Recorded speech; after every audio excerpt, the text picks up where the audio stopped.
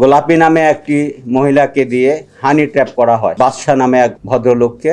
বাদশা DBBL থেকে 25,000 টাকা ATM board থেকে টাকা তুলে। সেই টাকাটি যখন তুলে তখন গোলাপী তার সাথে হানি ট্র্যাপের জন্য কথাবার্তা বলে। কথাবার্তার এক পর্যায়ে যখন বাদশা বুঝে যায় যে তাকে হানি ট্র্যাপ করা হচ্ছে, তখন বাদশা গোলাপীর সাথে দ্বন্দ্বে জড়ায় যায় এবং এক পর্যায়ে আপনারা দেখবেন ভিডিও ক্লিপের মধ্যে সে গোলাপীকে ঘুষি দিচ্ছিল।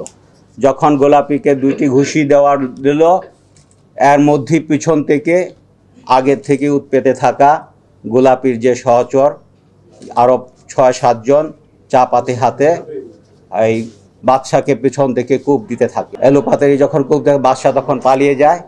এই ভিডিওটি ধারণ করছিল মরহুম সাংবাদিক আসাদুজ্জামান তুহিন। তিনি বসে এই ভিডিও যখন ধারণ করছিল, তার এই ভিডিও ধারণটি এই ক্রিমিনালরা দেখে ফেলে। ক্রিমিনালরা যখন বুঝে যায় তাদের এই ক্রাইমটি প্রচারিত হয়ে যাবে, তারা চিহ্নিত হয়ে যাবে, তখন এই আসাদুজ্জামান তুহিনকে সার্চ করে এবং বলে তাকে ভিডিও ডিলিট করতে হবে, তাদেরকে প্রেশার করে এবং তার সাথেও বাগদণ্ডে ধরিয়ে যায়।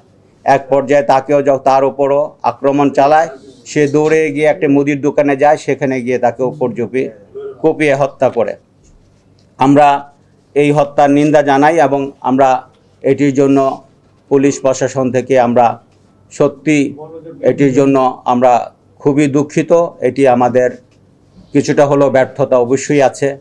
আমরা প্রিভেনশন কাজটি নিশ্চয়ই সুচারুভাবে করতে পারিনি, আরও সুচারুভাবে দিতে পারিনি।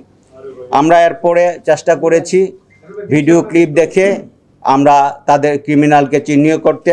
আমরা 8 জন ক্রিমিনালকে ভিডিও ক্লিপ দেখে আমরা শনাক্ত করতে পেরেছি।